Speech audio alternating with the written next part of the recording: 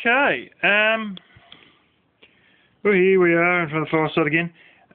This will be number 3 on How Low Can You Go. I wanted to touch on a couple of things. Cooking. Keep in mind the old Canara potato thing, or your wood heater potatoes. I've done a video on this. At the moment, over to one side there, I have some mushrooms in alfoil, and you can cook a lot of food in alfoil in a wood heater, so you can keep yourself warm and cook warm food at the same time. Wood heaters are not that hard to make if you're any good at welding, or you have a friend who is. You need at least 1/4 inch or 3mm, 3.5mm plate steel.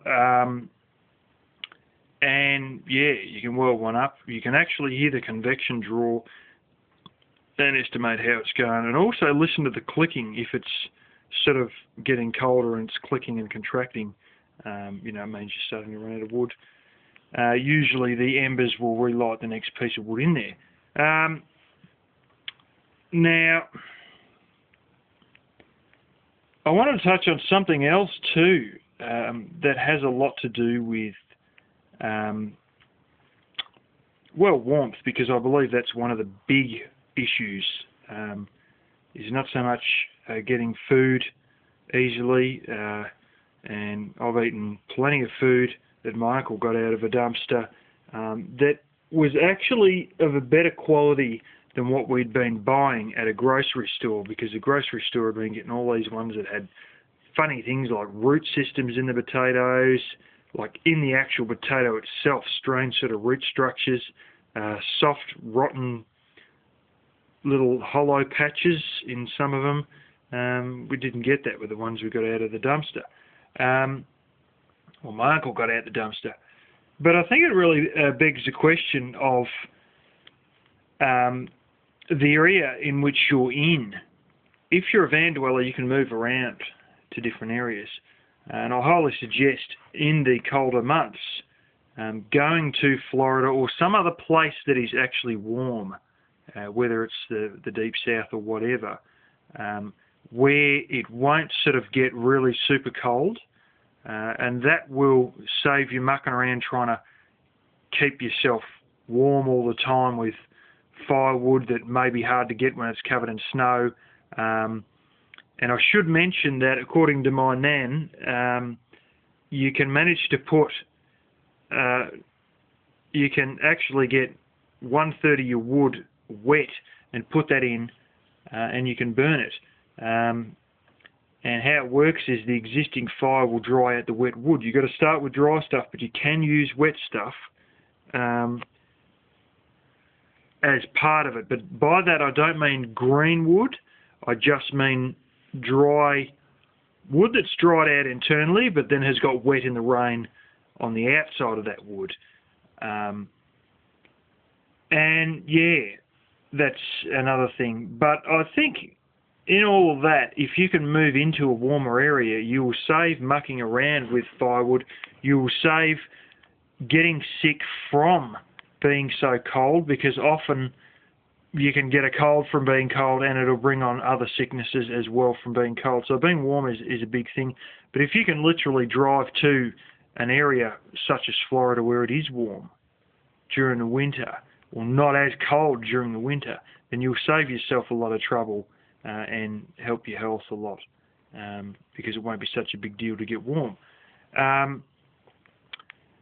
Another thing is the residual heat devices that I pointed out. You can run them on alcohol, you can run them on any sort of vegetable oil, and you can also use candles instead. They do leave a bit of a smell of paraffin wax in the air when you use candles the next morning. But it's a good way of keeping the chill out of the air, even if it does get a little bit cold in the area that you're in, and you need to use that bunch of burning candles or oil burner or whatever to keep warm. One of the things I also should mention is what I've seen done on YouTube with fish. This is not my idea, but somebody else had it on one of their videos. And they get toilet paper and they open up a can of fish. And you know how the oil in there is not actually fish oil. I know some people misunderstand that. It's usually soya oil. Over here we use sunflower oil and sometimes still soya oil to sort of can the fish in. And so all that oil that's in there with the fish, you can put toilet paper on that and then light the toilet paper after it's been soaked in oil, and it'll burn that toilet paper off and burn some of the oil off, but ultimately you got a warm meal.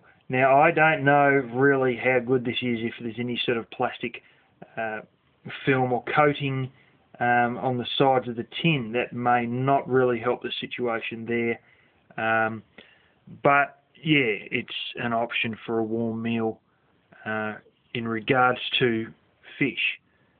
It's one quick and easy way of having a warm meal under very limited conditions, or at least part of your meal warm. Anyways, yeah, the other one I should touch on is flue pipes. You don't just drill a hole on top of your van, like cut out one with an angle grinder, 10 snips, and just whack the thing through, because the flue pipe can cause other things to melt. It can cause paint problems. A lot of the ones I've seen, they actually put it out the door, like the actual window in the door. They whack it through the passenger door, and you know, cement sheeting isn't really ideal. It does go brittle when there's a lot of heat on cement sheeting. The ones I've often seen often use tin. I don't recommend that because the heat just transfers straight through the tin and may bugger up your window seals. What I do recommend, if you can manage to do it with some method, whether it's using a drill, what you do is you put in one of those hammer drill bits for masonry, but you don't switch the drill to hammer drill. You just leave it on normal drill mode, and then you put in one of those, you know, ones with a little tungsten tip in the end of them that you're supposed to drill into concrete with, and you drill through the tiles. I've drilled perfectly through a coffee mug and left a perfect hole in the coffee mug with this method, and you could use that method to basically drill a circle of small drill holes, which you could then sort of break out, hopefully with pliers or whatever, in a tile. Or you can use 3 or 4 tiles together and cut the corners out of them, curve in each corner, to be able to create like a 4-piece circular hole. Like, basically think of putting 4 tiles together and you got the plus sign in the middle, and then that is like the center, the radius of your circle, and then you cut 4 corners off that allow you to basically have a circle. But I don't do a whole lot of tile cutting, but you know, some people are good with that sort of stuff. I will note that you can get stone or masonry angle grinder bits. Now there's 2 like angle grinder discs. There's 2 ones you can get. There's like a steel blade that's covered in diamond tips. Like it's a diamond dust or real fine bits of diamond on a steel blade that's that they use as tile cutters. They're good for cutting them straight. They're not sort of what you want.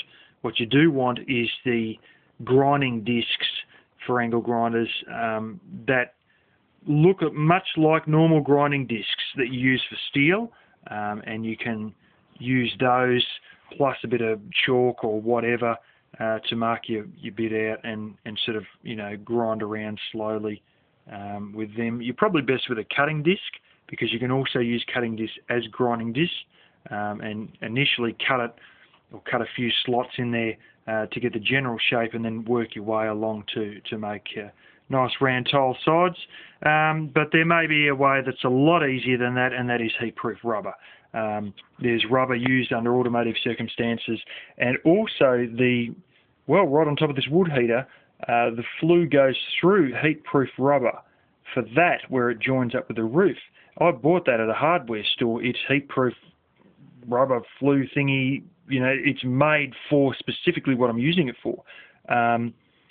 And most people actually have the, dual or triple insulated, and they go through that. But this rubber can handle severe heat. And if you could use some of that screwed onto a piece of sheet metal or whatever, that will be a good option, because it can handle real high heat, and you may be able to find where you can get the rubber from that they use to hang your exhaust pipe off with a little rubber mounts,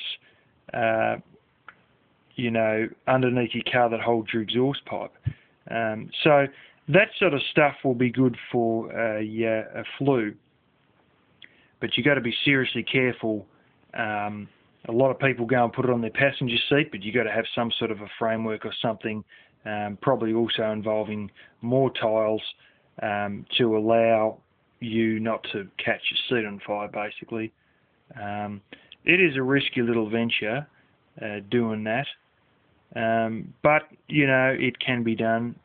You may decide that you want a more permanent one hooked into a back window or a side window of your what's his name, of your van. And what you can do is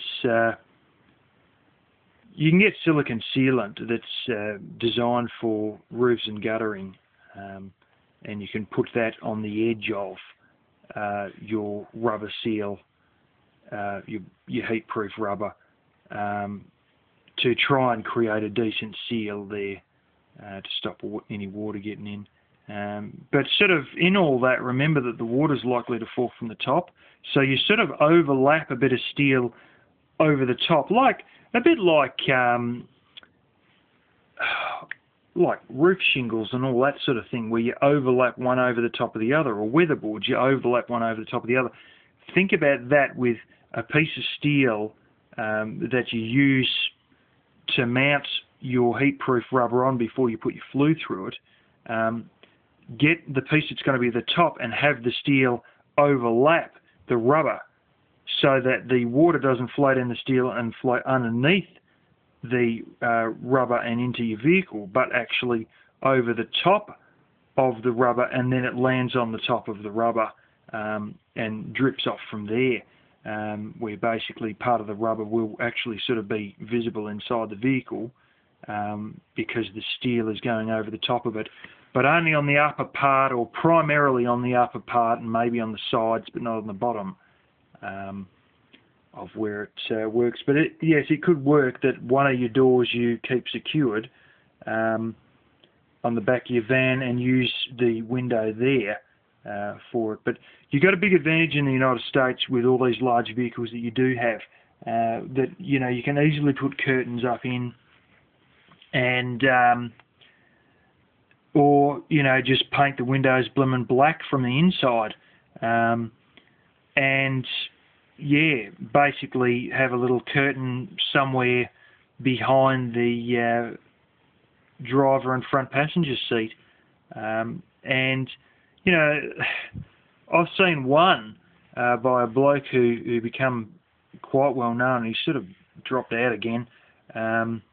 He might get a bit downhearted about all the crappy comments he gets on YouTube, but he basically had a 1998 Chev Suburban, which they bought out in limited numbers over here, by the way, and it was flipping quite big enough inside, believe me.